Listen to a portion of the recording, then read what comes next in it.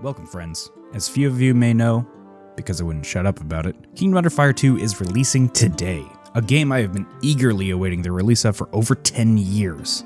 Initially announced in January of 2008 as an MMO for the Xbox 360. As with any project that spans over the course of many years, many were certain it would never make it out, especially after the closed betas in Taiwan and Russia. People had thought it simply failed and vanished into the ether. Others seemed to speculate that the closed betas were just testing grounds for the real release that was always planned to be North America.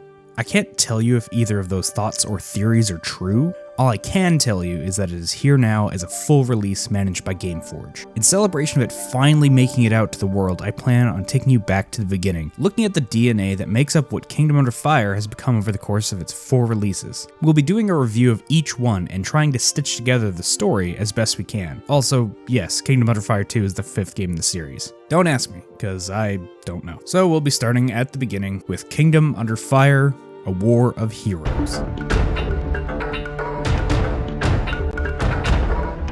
In interest of having this be coherent, we're going to tackle the review up front and we're going to do a story summary second. Trying to do both of them at once would just be a mess. If you don't care about the game itself and you just want to get to the story, you'll have to wait till the next video. Alright, ready? Let's go. Now I've got to say, getting this game running on a modern system reliably seems to be an impossible feat. No matter what I tried, it would crash at random intervals.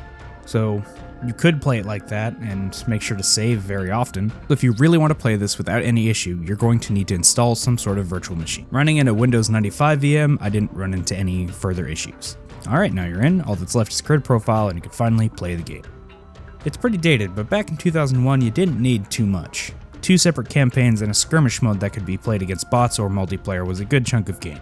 Because we're not boring, we're going to start with the Dark campaign. Since we're not going to be talking about the story until later, I'm just going to sort of go over what this game is and how it plays and my critiques of it. The first mission here, being an intro to the very basics, basically boils down to commit war crimes, murder all the civilians. Here, we're given a small group of orcs and a small group of goblins, with our mission objective being to build a fortress. So these orcs are clearly our fight boys.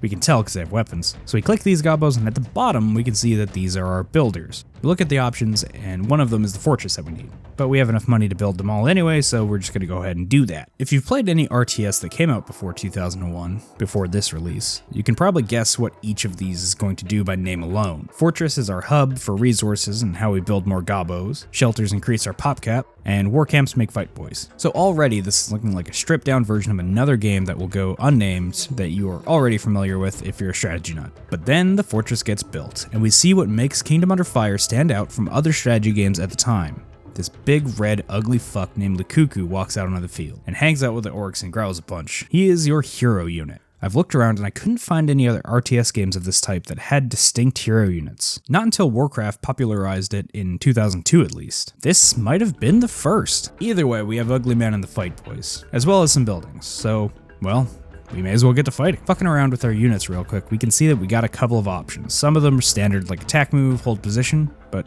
what is this? A point leader? Well, we give that bad boy a press real swift and we can select a leader. We click the Ugly Man because he's our biggest. Okay, we click him and now we see we have other options. The buttons are all different, replaced with formations. Now we can make our troops do the YMCA. Beyond putting your boys in formation, these also function as attack move. Because all we have are fight boys, there isn't actually that much we can do yet. So why do it like this? Why not have all the buttons available when you have everyone selected? It's simple, really. It's because of the skills. If you've ever played an RTS where units have skills, you know that if you have multiple units selected, you only get the top unit's skills showing up for use. This can make making mixed groups a little more cumbersome to manage if you need to be firing off all the skills they have. So, doing it this way in Kingdom Under Fire, you can make some decisions about how you make your control groups. So we select our leader and launch everyone into the battle, just destroying all the buildings and people. Partway through, we have a friend to come join us in genocide. Easy. Mission 1 done. Also, I promise we aren't going to do this for every mission. So units, simple economy, heroes, skills. Got it. So as you progress through the game, you get more options for buildings and units and pretty standard fare, right? And you just build and you fight the enemy. Wrong. You're going to run into a few missions like this where it's just you and your homeboy. This is the other standout part of Kingdom Under Fire. The RPG missions, where you have a small party of up to 3 to take through a small dungeon crawl, complete with inventory, potions, and changing your equipment. When I first saw this, I nearly lost my mind. It was such an interesting concept.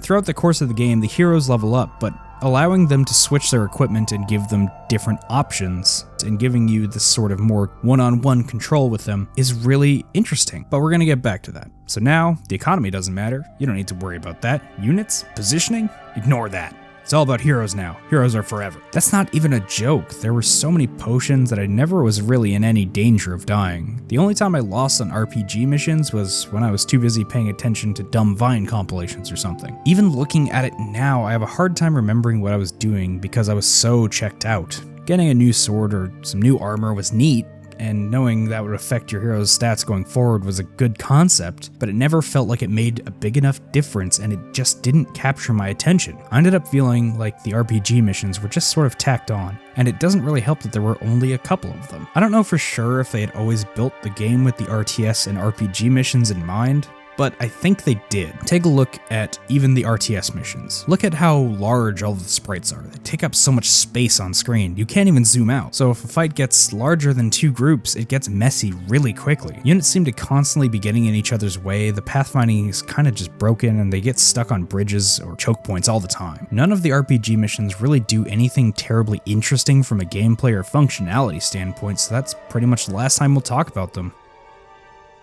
So what utility does your army have? Both factions actually have a fairly different set of troops, so let's go over them. Villagers and goblins are the same thing. Your slave labor you use to gather resources and create buildings. In our barracks and war camp, we have warriors, archers, elven rangers, and knights templar on the human end, and on the Dark Legion side we have orc fighters, dark elves, and ogres. At the courtyard and the foul nest, we have scout balloons, storm riders, and bomber wings for the humans, then demons and black wyverns for the Dark Legion. At the Dwarven Forge and the Spore Plant, we have Dwarven Cannons for the humans, and Swamp Mammoths and Dirigibles for the Dark Legion. At the Temple of Amos and the Desecrated Altar, you have Clerics for humans, and Shadow Puppets for the Dark Legion.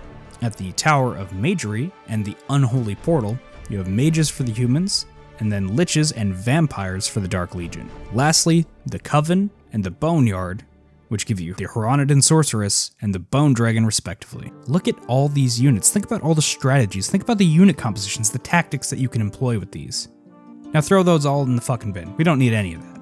Your first tier melee and missile units, that's where the gold is. Spam those bad boys out. You can do this for almost every mission, just toss garbage units at the enemy with hero to support and you'll win every battle.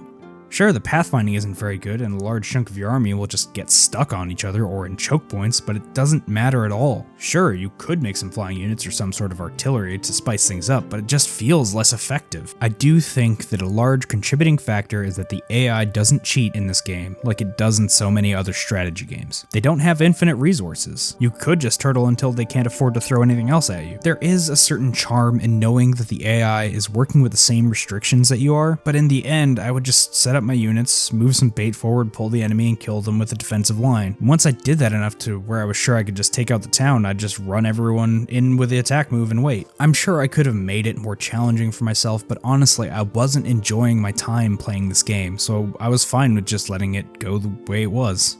With the unit variety and the hero units, I'm sure there's more interesting things you can do, but I guess that's mostly just going to be reserved for the multiplayer, where human opponents can think more than none. Playing through one of the campaigns isn't even enough. In order to unlock the final mission, you have to beat both, which I get, but I already wasn't super enjoying myself. Not to mention that with the human clerics who can heal your units, it's even less of a challenge. All in all, I can't really recommend the game for what single player content it can provide. And I can't speak to the multiplayer because I don't have anyone to play it with. That's sort of the quick and dirty review of Kingdom Under Fire: War of Heroes. Thank you very much for joining me, and if I got anything wrong, definitely don't hesitate to leave a comment. Otherwise, I will see you all when I get the story summary completed. Alright, y'all have a good night.